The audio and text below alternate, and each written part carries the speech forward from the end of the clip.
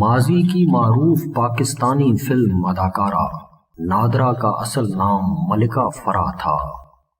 ان کی پیدائش 26 دسمبر 1961 کو لاہور میں ہوئی۔ نادرہ کی والدہ کا نام نسیم اختر اور والد کا نام اکبر بھٹی تھا۔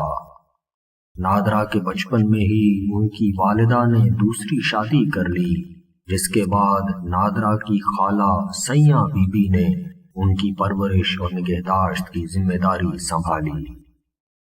نادرہ نے اپنے فلمی کیریئر کا آغاز 1986 میں ہدایت کار یونس ملک کی فلم آخری جنگ سے کیا، مگر اس فلم کی ریلیز سے قبل ان کی دوسری فلم نشان ریلیز ہو چکی تھی۔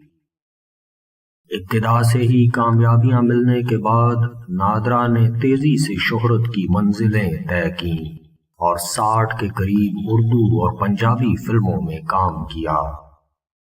ان کی مشہور فلموں میں آخری جنگ، نشان، بادل، میری آواز، ناچے ناگن، کمانڈو، حکومت، مفرور، تحفہ، مجرم، یارانہ، وطن کے رکھوالے، حفاظت، ظلم دا راج، جاں باز، مارشل اور وقت شامل ہیں۔ انہوں نے اس وقت کے معروف ہیروز سلطان راہی، غلام محی الدین، اظہار قاضی، اسماعیل شاہ اور دیگر کے ساتھ کام کیا۔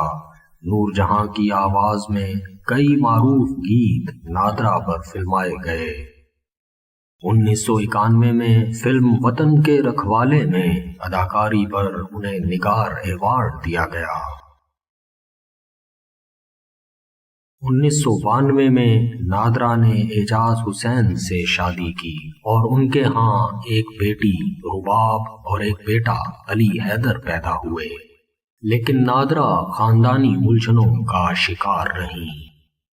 کچھ عرصہ نادرہ اپنے بچوں کو لے کر انگلینڈ میں بھی مقیم رہیں، مگر پھر وطن واپس آ گئیں۔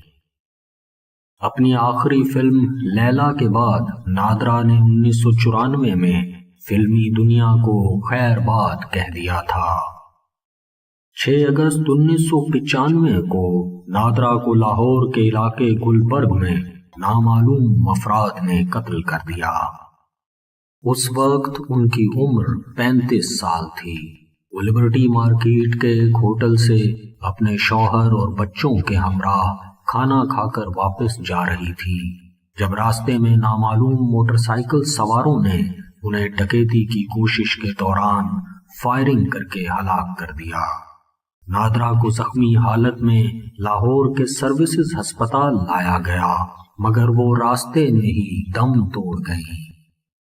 نادرہ کو لاہور میں ہی دفنایا گیا، جہاں ان کی قبر مشہور میانی صاحب کے قبرستان میں واقع ہے۔